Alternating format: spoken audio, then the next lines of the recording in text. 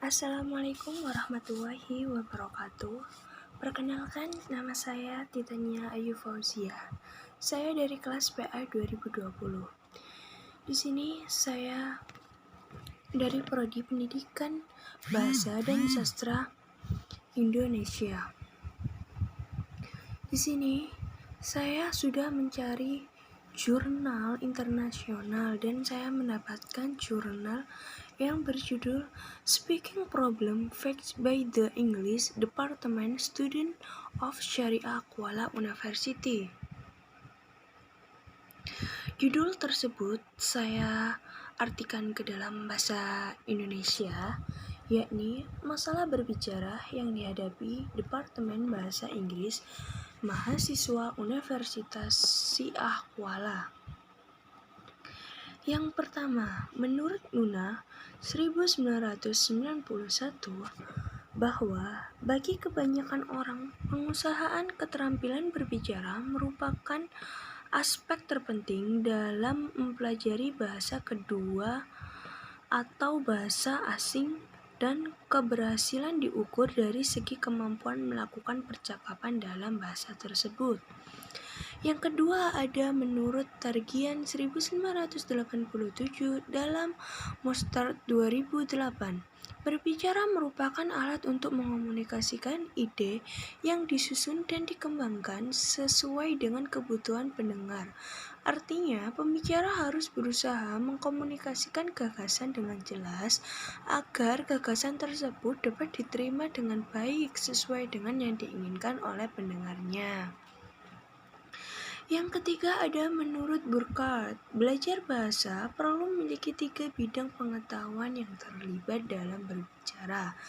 Yang pertama ada mekanisme elemen bahasa yang menekankan pada penggunaan kata-kata yang tepat dalam urutan yang benar dengan pengucapan yang benar. Yang kedua ada fungsi bahasa yang berkaitan dengan penampilan berbicara dalam berbentuk transaksi dan interaksi. Yang ketiga ada norma sosial, seperti kecepatan berbicara, lama jeda antara berbicara, peran relatif peserta, pemahaman bagaimana memperhitungkan siapa yang berbicara kepada siapa, dalam keadaan apa, tentang apa, dan untuk alasan apa. Selain itu, pelajar bahasa juga harus memperoleh pengetahuan tentang bagaimana penutur asli menggunakan bahasa dan konteks pertukaran interpersonal terstruktur, karena fakta bahwa komunikasi lisan yang efektif diperlukan untuk penutur untuk menggunakan bahasa dengan tepat dalam berbagai interaksi sosial. Yang keempat ada menurut Kinkel 2005 dalam Nazara 2011. Berbicara adalah keterampilan yang paling kompleks dan sulit untuk dikuasai. Yang kelima, menurut Yusuf dan Sewoyo 1997 dikutip dalam Huda 1999 menunjukkan bahwa kecakapan bahasa Inggris guru masih rendah karena hanya 4,8% guru bahasa Inggris menggunakan bahasa Inggris di kelas. Artinya, kesulitan dalam belajar bahasa Inggris tidak hanya dirasakan oleh peserta didik saja, tetapi guru juga merasakan kesulitan yang sama. Yang keenam ada menurut Al-Wasilah dalam Qasim 2003 bahwa kemampuan berbahasa Inggris mahasiswa masih kurang memuaskan di tingkat universitas. Hanya sedikit siswa yang dapat berkomunikasi dalam bahasa Inggris dan memberikan tanggapan atas pertanyaan dosen mereka. Sebagian besar lainnya cenderung memilih untuk diam. Yang selanjutnya, hal yang mengalami kesulitan berbicara bahasa Inggris ada 4, yakni yang pertama, siswa sering tidak tahu harus berkata apa, sehingga cenderung untuk memilih diam. Yang kedua, mereka juga pemalu dan tidak nyaman, serta tidak percaya diri jika melakukan kesalahan. Yang ketiga, siswa takut membuat kesalahan di kelas karena akan ditertawakan oleh teman-temannya. Dan yang keempat, siswa tidak terbiasa berbicara di kelas karena pengucapan dan kosakata mereka terbatas. Menurut Taking 1995 menunjukkan bahwa 95% siswa menyatakan kesulitan berbicara yang disebabkan oleh 3 faktor, yakni takut membuat kesalahan, tidak percaya diri, dan tidak tertarik dengan topik yang dibicarakan oleh dosen.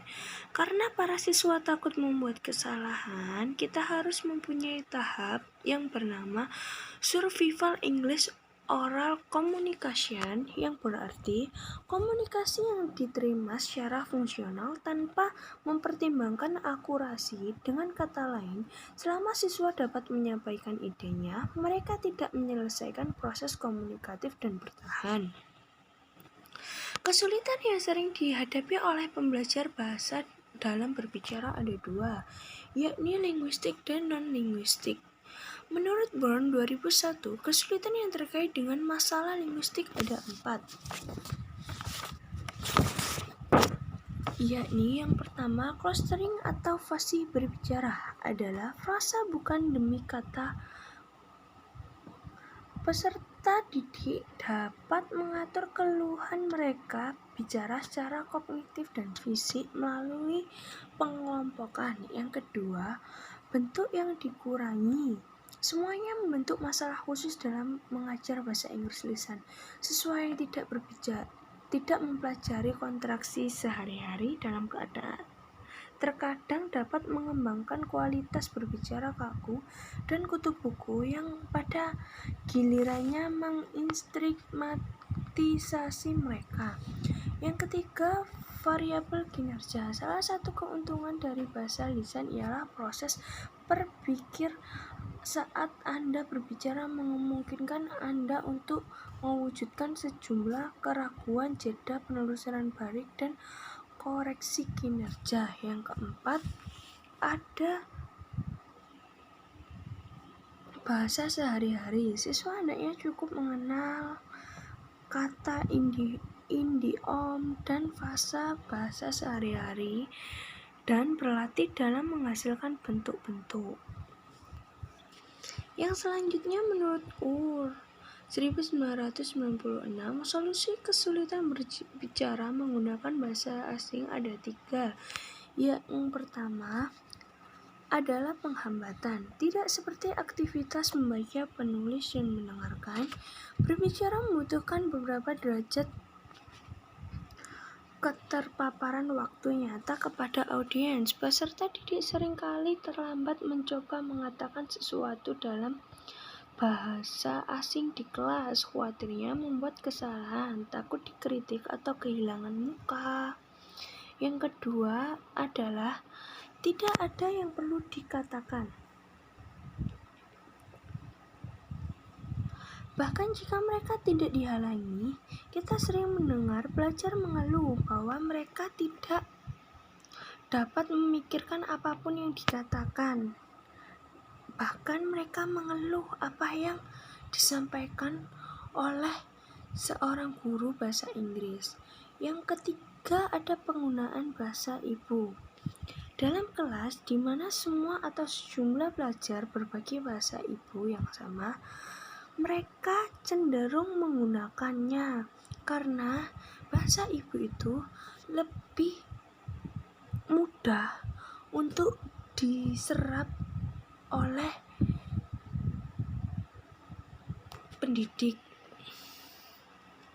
Kesulitan yang terkait dengan masalah non-linguistik ada 9, yakni diantaranya tidak berani berbicara, tidak berbicara, percaya diri untuk berbicara, takut berbicara, takut membuat kesalahan, takut diejek oleh teman, tidak terbiasa berbicara di kelas, sulit mengungkapkan kata atau kalimat, gugup berbicara, bingung bagaimana menggunakan kata-kata yang tepat.